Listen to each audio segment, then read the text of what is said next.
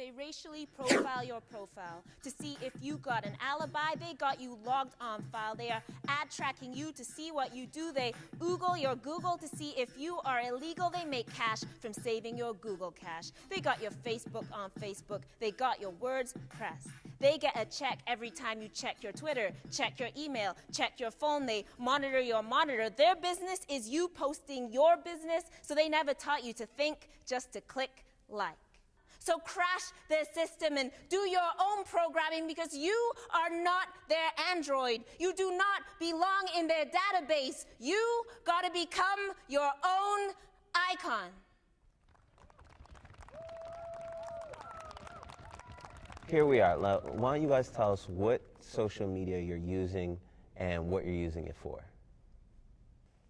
I find if I'm on social media like Facebook or something and I'm in my room on my laptop and I have other chores or homework to do, it really distracts me and I get hooked sometimes. So I just gotta shut off my computer or whatever. And my sister, her room is down the hall from me, and we'll just message each other text message instead of walking down and asking them something or whatever. And yeah, it's not. So yeah, I mean, because we're all connected. It's not, you're not just talking to your friends online. Exactly. You're also talking to adults that you know are adults. Your aunts, your uncles are on there. So does it give you a weird, I guess, perception of some of your relatives when you actually see what they're posting as opposed to what they're liking when they visit? Yeah, there'll be pictures of them going out partying for someone's birthday or something, and they're drunk, and you're like, wow, I've never seen them like that before. Yeah. I find when we were younger, social media wasn't nothing to us because we didn't really understand it. So we were outside playing games with our friends and stuff. And on Fridays we would have family nights and stuff. But now it's none of that. Everyone's staying inside on the computer and all that stuff. How important was that family time to you, though? I find it was really important because you got to catch up with your family about the whole week and just talk and spend time with them. So it's something you find you're missing a lot? Yeah. Well, when we didn't have the internet or the computers in our house, my and mom's relationship were completely fine. And now I just seem it feels like it's starting to fade away more and more as it goes on. So when we're talking about stuff, we'll get angry at each other. We won't have that civilized conversation. We'll just start yelling and getting angry, and we'll just get frustrated with each other and just have to walk away. And you found it was different before you got internet in your house and social networks. So what was it like before? Well, what it was like before is that we used to talk about everything, absolutely everything, how our day was going, if we're struggling in anything, and we would help each other out because my mom has difficulties with having social time and stuff like that because she has to babysit and then work and stuff like that. So pretty much her spending time with me was her socializing a lot more. So she just found it a lot more easier to bond with me. But now since the internet is in the house, it's just harder. And how does that affect you? It affects me because if I'm having problems, I can't even go and talk to her about it. I kind of just have to sit in my room and just be depressed about it or whatever. So how do you deal with these problems then? Because I think a lot of us rely on our parents for that backbone and that help when we really don't have anyone else to go to. So who are you going to? Because we all have to go to somebody eventually, right? So I usually just go to my friends, my really close friends, or my sister, because my sister's pretty much in the same age group as me. So I usually just go to her and talk to her about it, and then she'll talk to me about her problems. But we can't go to my mom at all. Yeah.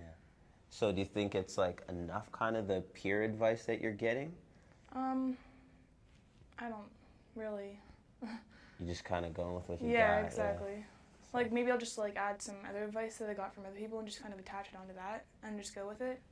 Yeah. So, but do you think that, how much do you think it affects you when you make a decision that's based on peer advice or your sister advice, but you don't have that kind of influence from the mom? Yeah. Well, it's kind of harder to take the advice from a younger sibling because they haven't had as much experience as you. So it's just easier to take advice from a grown-up because they've had more experience in life. So it's just kind of hard. Yeah. You guys find the same things? I agree with that, but in a way I don't, because you have your siblings and stuff that you'll talk to, but then you have parents and you talk to your parents, but sometimes they don't understand because they grew up in a different time period, so they don't really know what we're going through. So, yeah. Welcome back to Our Vibe. we've been having this really great conversation about the effects of social media on the youth of today. And right now we're going to continue up, and I want to ask you guys, what are some of the things that really annoy you about social networking, or what are the things that you really just love about it? Like, what really grinds your gears or really gets you excited? With me, I find if someone's always talking about their relationship or breaking up with their boyfriend or girlfriend, or saying, like, telling about their life, that really annoys me. Like, I don't need to know all that much information about you, and all the other people that you have on your Facebook or whatever that you don't know, they're knowing this about you, they could creep you or whatever. It's not good. Exactly. What's the most ridiculous status you've seen in regards to relationships? A girl broke up, or no, the boy broke up with the girl, and the girl's just like, oh, I'm so depressed, I don't feel like living anymore.